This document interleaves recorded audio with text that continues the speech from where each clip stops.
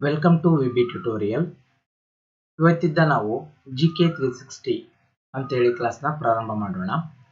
ಇದು GK 360 ಅಂದರೆ ಇವಾಗ history, geography, polity, economy, environment and science and technology ಈ ಎಲ್ಲ ಸಬ್ಜೆಕ್ಟ್ ಇದ್ದ ಪ್ರೀವಿಯಸ್ ಇಯರು ಕ್ವಶನ್ ಪೇಪರ್ಸ್ ಏನಿದಾವಲ್ಲ PC ಟು DC ವರೆಗೂ ಏನೆಲ್ಲ GK ಕ್ವಶನ್ಸ್ ಬಂದಿದಾವೋ ಅವನ್ನ ನಾವು ಡೈಲಿ ಸೂಪರ್ 10 ಅಂತ ಹೇಳಿ ನೋಡ್ತಾ ಹೋಗೋಣ. ಅಂಡ್ ನೆಕ್ಸ್ಟ್ ಏನಪ್ಪಾ ಅಂದ್ರೆ ಇವು ಒನ್ ಲೈನ್ ಕ್ವಶನ್ ಆನ್ಸರ್ ಆಗಿರ್ತವೆ. ಇಲ್ಲಿ ನಾನು ಯಾವುದೇ ರೀತಿ ಎಕ್ಸ್ಪ್ಲನೇಷನ್ ಕೊಡಲ್ಲ, ಜಸ್ಟ್ ಕ್ವಶನ್ ಓದಿ ಅದಕ್ಕೆ ಆನ್ಸರ್ ಏನಪ್ಪಾ ಅಂತ ಹೇಳ್ತಾ ಹೋಗ್ತೀನಿ. ಎಲ್ಲಾದ್ರೂ ಎಕ್ಸ್ಪ್ಲನೇಷನ್ ನೀಡಿದ್ರೆ 1 or 2 ಪಾಯಿಂಟ್ಸ್ ನಾನು ಇಲ್ಲಿ ಇಂಪಾರ್ಟೆಂಟ್ ಆಗಿರೋನ ಮೆನ್ಷನ್ ಮಾಡ್ತಾ ಹೋಗ್ತೀನಿ. ಇವುಗಳನ್ನೆಲ್ಲ ನೀವು ನೋಟ್ ಮಾಡ್ತಾ ಬನ್ನಿ. ಇಲ್ಲಿ ಡೈಲಿ ನೀವು 10 ಕ್ವಶನ್ ಅಂದ್ರೆ 1 ಮಂತ್ ಅಲ್ಲಿ ನಿಮಗೆ 300 ಕ್ವಶನ್ಸ್ ಇಲ್ಲಿ ಕವರ್ ಆಗ್ತವೆ. ಹೌದಾ? ಈ ರೀತಿ ನೀವು GK ಕ್ವಶನ್ ಇಟ್ಕೊಂಡು ಒಂದು ನೋಟ್ಸ್ ಅಲ್ಲಿ ಬರ್ಕೊಂತ ಬಂದಾಗ ಎಕ್ಸಾಮಿನೇಷನ್ ನಿಯರ್ ಇದ್ದಾಗ ಇದು ರಿವಿಷನ್ ಮಾಡೋಕೆ ನಿಮಗೆ ಹೆಲ್ಪ್ ಆಗುತ್ತೆ.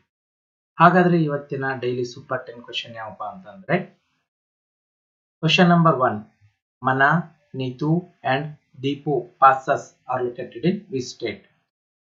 ಈ ಪಾಸಸ್ ಏನಿದಾವಲ್ಲ ಕಣಿವೆ ಮಾರ್ಗಗಳು, ಇವುಗಳನ್ನ ನಿಮಗೆ ಎಕ್ಸಾಮಿನೇಷನ್ ಅಲ್ಲಿ ತುಂಬಾ ಸಾರಿ ಕೇಳಿದ್ದಾರೆ. ಇದು ಜಾಗ್ರಫಿ ರಿಲೇಟೆಡ್ ಕ್ವಶನ್ ಆಗಿರುತ್ತೆ. ಹಾಗಾದ್ರೆ ಈ 3 ಪಾಸಸ್ ಇದಾವಲ್ಲ ಮನ, ನೀತು ಅಂಡ್ ದೀಪು, ಇವು ಯಾವ ಸ್ಟೇಟ್ ಅಲ್ಲಿ ಲೊಕೇಟ್ ಆಗಿದಾವೆ, ಯಾವ ಸ್ಟೇಟ್ ಮೂಲಕ ಹಾದು ಹೋಗಿದಾವೆ ಅಂತಂದ್ರೆ ಉತ್ತರಾಖಂಡ್.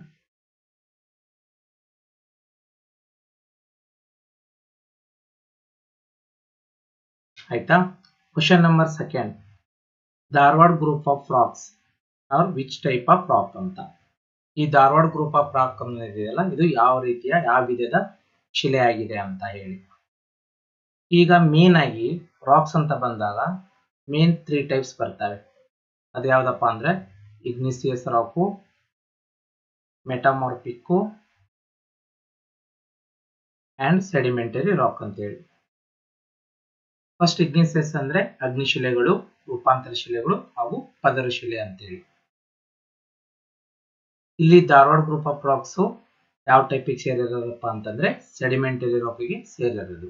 ಇವುಗಳು ಪದರ ಶಿಲೆಗಳು ಅಂತೇಳಿ ನಾವು ಇದನ್ನ ವಿಂಗಡಣೆ ಮಾಡ್ತೀವಿ. Question number 3, Kandla port located in.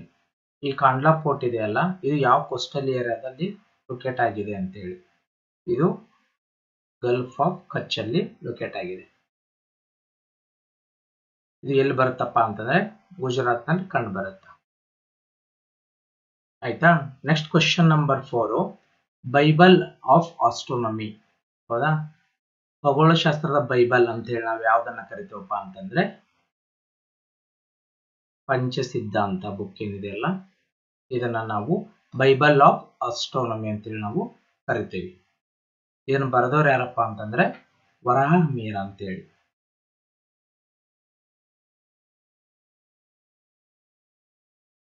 ಆಯ್ತಾ? Next question number 5, which planet is also called winter planet?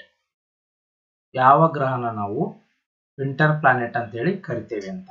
Total 8 ಗ್ರಹಗಳು ಬರ್ತವೆ. ಹೌದಾ? ಅದರಲ್ಲಿ ವಿಂಟರ್ ಪ್ಲಾನೆಟ್ ಯಾವ್ದಪ್ಪ ಅಂತಂದ್ರೆ ಜುಪಿಟರ್.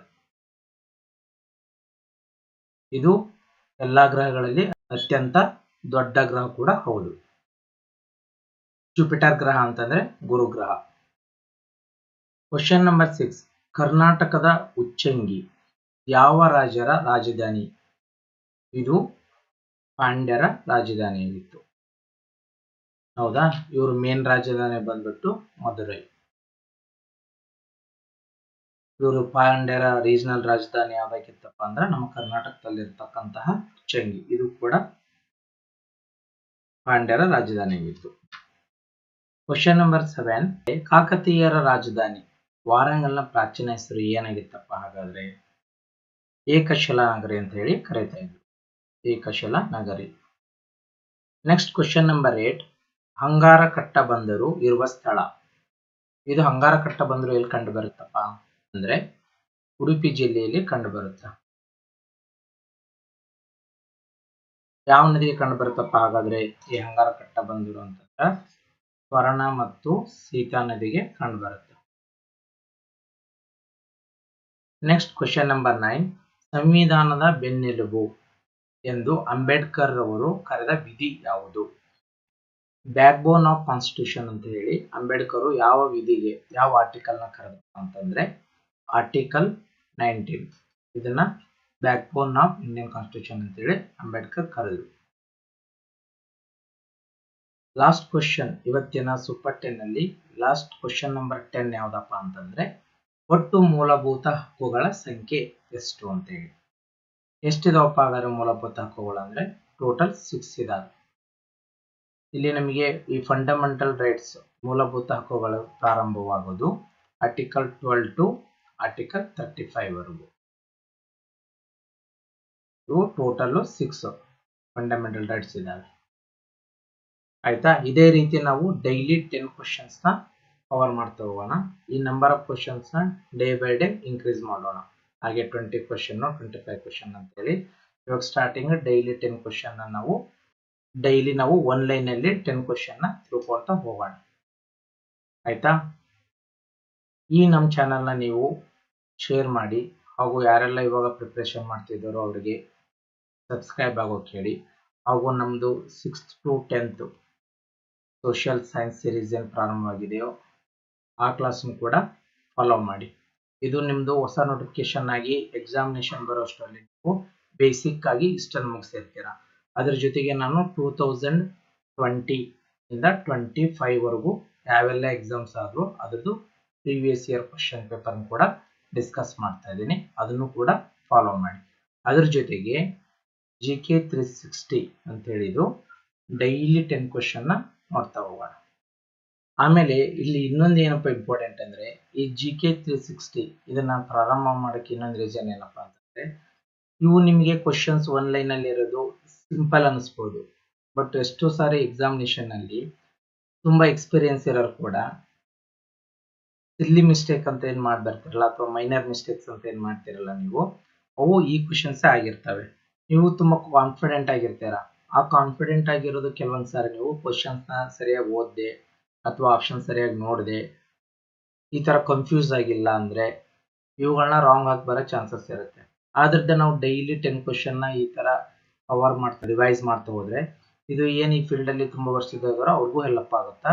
ಫ್ರೆಶರಿಗೆ ಕೂಡ ಬೇಸಿಕ್ ಆಗಿ ಯಾವ ತರ ಇಲ್ಲಿ ಕ್ವಶನ್ಸ್ ಬರ್ತಾವೆ, ಯಾವ ತರ ನಾವು ಕವರ್ ಮಾಡಬೇಕು ಸ್ಟಡಿ ಮಾಡುವಾಗ ಅಂತೇಳಿ ಅವ್ರಿಗೂ ಕೂಡ ಒಂದು ಐಡಿಯಾ ಸಿಗುತ್ತೆ. ಆದ್ರಿಂದ ನಾನು ಇವೆಲ್ಲ ಸಬ್ಜೆಕ್ಟ್ ಕವರ್ ಮಾಡಿಕೊಂಡು ಎಲ್ಲ ಸಬ್ಜೆಕ್ಟ್ ಇದ್ದ 2 to 3 ಕ್ವಶನ್ಸ್ ನ ಡೈಲಿ 10 ಕ್ವಶನ್ಸ್ ನ ಕವರ್ ಮಾಡ್ತಾ ಹೋಗ್ತೀನಿ. Okay, thank you for watching.